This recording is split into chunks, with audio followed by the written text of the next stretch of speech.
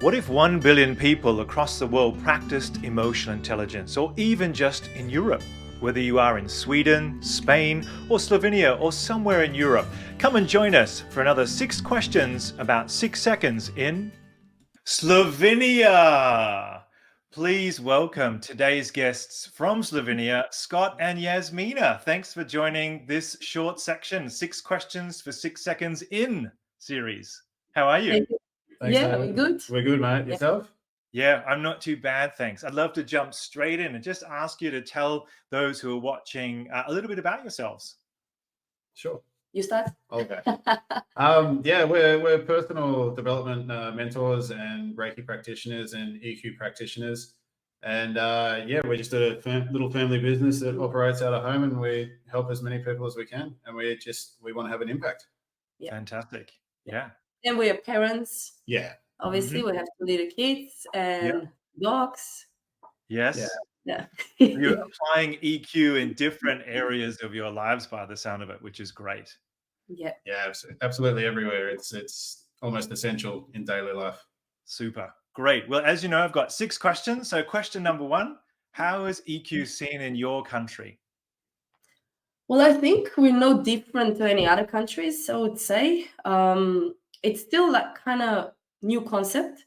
So as you know, like previously in the raising in the childhood, how we were raised and things like that, parents, at least my family, didn't support the emotions that much. So it's, pretty much learning now how to actually implement that emotional intelligence, what it actually means. So there are people that are doing that really well in the daily life, and there are also people that have no idea what it is, and there are also people that would probably like to be better, but are trying to find the ways how to do that. Yeah, I really think it's just lately in the last couple of years, the doors have really opened to people to express and engage with their emotions more than it has been in the past, and also to drop the traditional meanings of them and actually explore what they mean for everybody. They're not set, they're not direct rules. Yeah. Okay, cool. Well, that leads nicely to question number 2, in that what opportunities have you had in your country to bring EQ as practitioners? Well, it's different ways, especially through the role of the network leaders for the 6 seconds. That's probably through EQ cafes. That's actually a really good way. I also use a little bit of emotional intelligence when I do the workshops for parents in the kindergartens, and definitely in our family life. So with our kids and people that we know. Yeah, just even friendship relationships that we go through, like you catch up, you have a barbecue, someone has a party, whatever it is, it's, everyone says, how's life going and everything like that. And you have the discussion and EQ just pops up because it's in our daily life. That's what we do. So it's spreading the word without, slapping it in your face. Yeah. Walking the talk with the processes, the content there, I guess, in that way. That's awesome. Yeah. Super. Yeah. So what skills or competencies do you think of EQ are most needed in your country?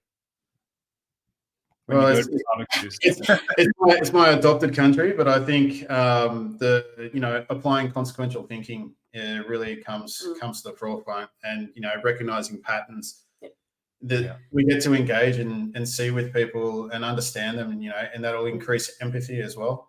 So I think that's the 3 top ones for me: is increased empathy, apply consequential thinking, and recognizing patterns. Okay.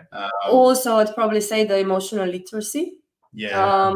Because I notice with clients through mentoring that not everyone understands the emotions. They don't really know how to name them. Like what emotion are they feeling, what's going on. So I think that's one important one as well. But it's hard to just say it's one thing because it depends, on the environment. So are you in a big organizations? Are you in a with the one-on-one clients? Are you in the kindergarten with parents? So it depends. It's situational awareness. It's relevant to the person, and everybody's different. So I mean, good to hear. And I guess too, there's probably some differing words for emotion in Slovenian as in English, for instance, where we've maybe certified or trained. And so, helping people to gain that literacy within a cultural aspect, I'm sure, is quite important as well. Yeah, for sure. To talk in Slovene language. I mean, here Scott can't really speak Slovenian that I well. can't speak it, but I can feel it. I can feel the energy that comes through. Yeah. So yeah. So it. yeah. He's trying his best, but Yeah. I guess it works that way as well. So Yeah. Yeah, great. Have you found any differences, Jasmina, then from English to Slovene in terms of is there an example of an emotion that we don't have in English that you have in Slovenian? I don't think so. I mean, I know I put you on the spot. I would actually need to go through the whole vocabulary to figure that out. Sure. So Yeah. I honestly can't give Descriptive you. words, Yeah. descriptive words of how they describe the emotion is, sometimes there's not a literal translation of the word. That's it. Okay. Yeah. That's it. Well, do let us know in case there are some words we can share on our social media pages, to really develop literacy from an international perspective as well. That'd be cool. So question number 4, what is your favorite way to develop your own EQ? So you've both done you've been on the journey. I'm going to ask you that in a minute, but what are you learning and practicing on a regular basis? Like for me, you mean like from the systems that we learned through the EQ? Sure. Yeah, or your own personal practice. Yeah. What are you developing? I mean, I definitely try to practice in everyday life. It's like a must thing, and it's really handy to use for me, a TFA model. So think, feel, act. Yeah. It gives you that awareness that you need to understand why things are happening, why you are, responding or reacting the way you are. And definitely practicing through the mentoring business. That's also really important, I think. It pops through everywhere. Yeah. So it's like when I have one-on-one clients, it's literally drops into the mentoring. It's really cohesive together, even with Reiki. When you're asking certain questions, it's stimulated sort of from the 6 seconds of material as well. And this for me, it's the TFA model as well, and the change model. I really like the analogy that even though it's a circular model, it's like a train station, and at every stop you can get off and change the process. So it's just literally playing with it and just having that childlike inquisitivity to go with it. So it's everywhere. It's something that once you become aware of it and you play with it, you just don't drop it. Yeah, great. And then you can share it as a ripple effect with people in your network. Absolutely. Yeah, it's really good with the kids. Like we actually ask the kids, what are you feeling? What are you thinking in this moment? What is your action show? Like we can talk to the kids because we've got a lot more awareness. We say, hey, your actions are actually showing us X, Y, Z. Is that what you're feeling? Is that what you're thinking? And you get the correlation and the confirmation. Yeah. Oh, that's great. And then your kids talk to other kids. So the ripple effect happens at that generation.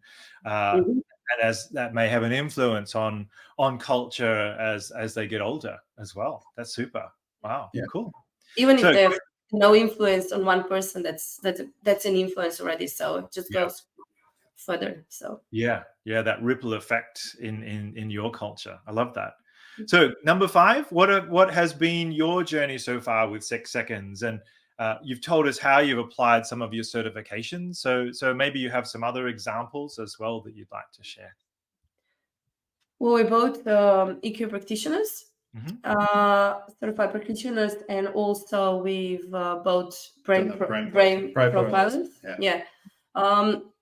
To be honest, the brain profilers we haven't used much, not yet. No, I guess we haven't gone through too many people actually doing the say questionnaire and then getting the reports. But literally knowing the archetypes and the brain styles and going through them, we can not box people in, but we can say they're sort of more leaning towards this style of how they think and how they operate, which guides us in how we mentor them. Yeah, fantastic. Yeah, great. So brain profile and the practitioner. So you can use the Unlocking EQ report as well at some point if you're doing a workshop or presenting to a wider group of people. Awesome. Our last question for our 6 questions for 6 seconds in Slovenia is, what would the world be like if 1 billion people practiced EQ? Perhaps, or even more people in Slovenia practiced EQ as a start. It would be very different. It would be definitely very different. There would be definitely more compassion, more understanding, more acceptance, better communication, less reaction, and more response. Mhm. Yeah, I actually think world success would increase. Yeah. You know, people would become more effective.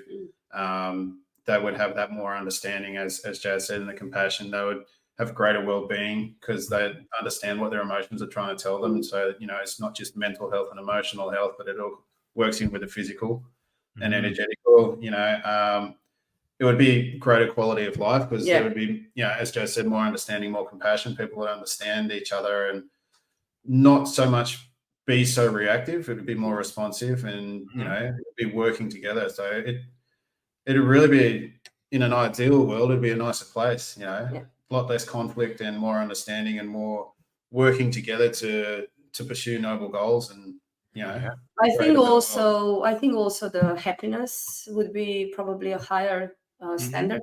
Or how Yeah. can I say that differently? Yeah. Yeah. Because people would follow themselves. They would follow what they want. You know, what are their emotions telling them, and what's that something that who they are actually, and what they want to, you know, create in their life. So it would be Yeah. a huge difference. I Yeah. think it'd be more connected as well. Mm. You know, like we Mhm. would be able to connect not only on a mental but an emotional, like the whole way around. So we'd have greater relationships everywhere. Yeah. Yeah. Great. Yasmin, I'd love to put you on the spot. Is there anything that you would like to say in Slovenian to anyone who's watching on in Slovenia who might like to meet with you to discuss emotional intelligence a little bit further? And please share that in Slovenian. Oh, in my language. Yes. Okay. Če koga zanima kaj več o čustveni inteligenci, me lahko najde v podjetju Change Artistry. In ja, lahko skupaj raziskujemo in ustvarimo življenje, ki si ga želite. Wonderful. Thank you so much, Jasmina and Scott, for helping us understand EQ in Slovenia. And of course, get in touch with you both via LinkedIn, via your website on Change Artistry. I think you're also on Instagram, which is great. And really, thank you for your time. And yeah, thanks for watching. If you've watched this episode of 6 Questions for 6 Seconds in series. Thanks, Scott and Jasmina. We'll see you soon. Thank you, David. Thanks for watching this episode of 6 Questions for 6 Seconds in, and where will we be next time?